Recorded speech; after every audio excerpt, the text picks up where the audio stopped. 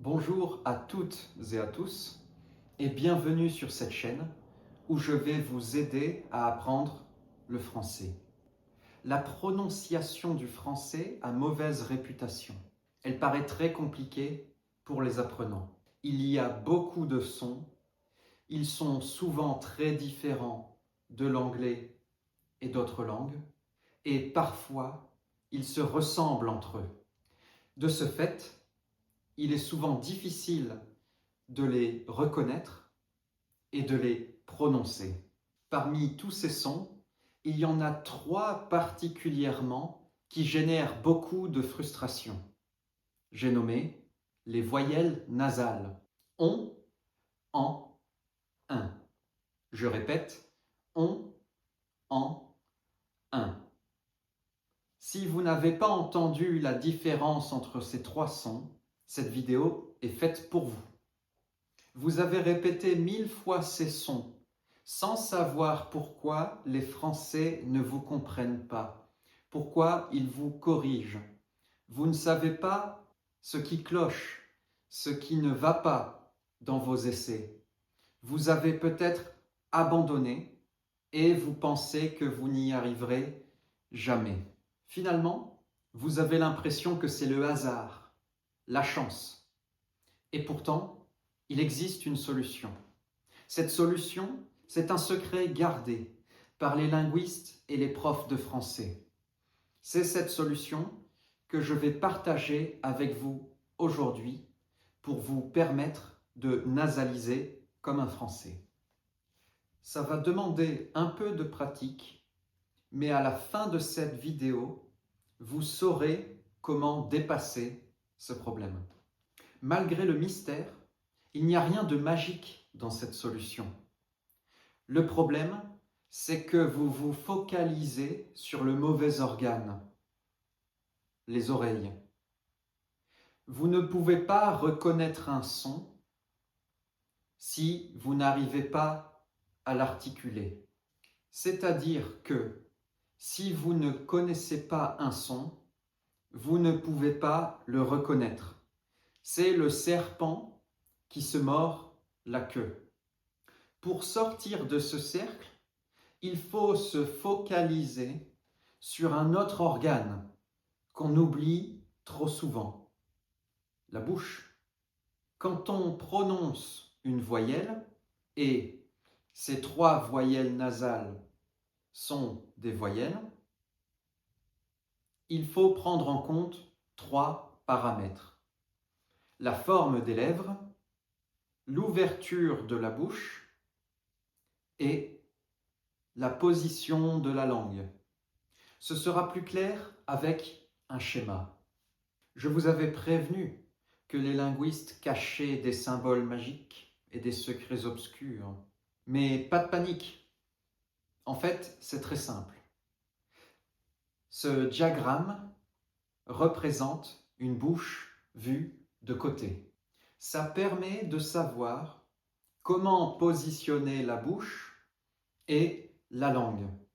Plus c'est haut et plus la bouche est fermée, plus c'est bas, plus la bouche est ouverte, plus c'est en avant, plus la langue se met en avant et plus c'est en arrière, la langue se met en arrière. Logique, non? Maintenant, les symboles bizarres. C'est l'alphabet phonétique international, ou IPA en anglais.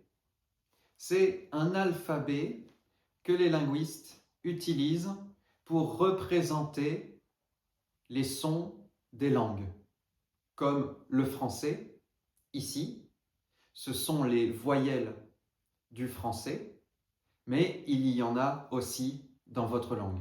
Chaque point représente où il faut placer la langue dans la bouche et comment il faut ouvrir les lèvres. Par exemple, I est tout en haut à l'avant. Ça signifie que l'on place la langue derrière les dents collée aux dents et que la bouche est presque fermée. I. Par contre, le OU est placé à l'arrière. La langue se décolle des dents, mais la bouche reste fermée. OU. Essayez. I, OU. I, OU. Vous sentez que la langue se rétracte vers l'arrière et retourne derrière les dents. Aussi, vous voyez que lorsque je prononce I, les lèvres sont étirées. Quand je prononce OU, les lèvres sont arrondies. Cela va nous aider pour les sons ON, en, un. On commence avec un.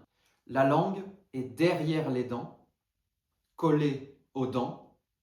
La bouche est presque fermée et les lèvres sont étirées, allongées. Un. Un.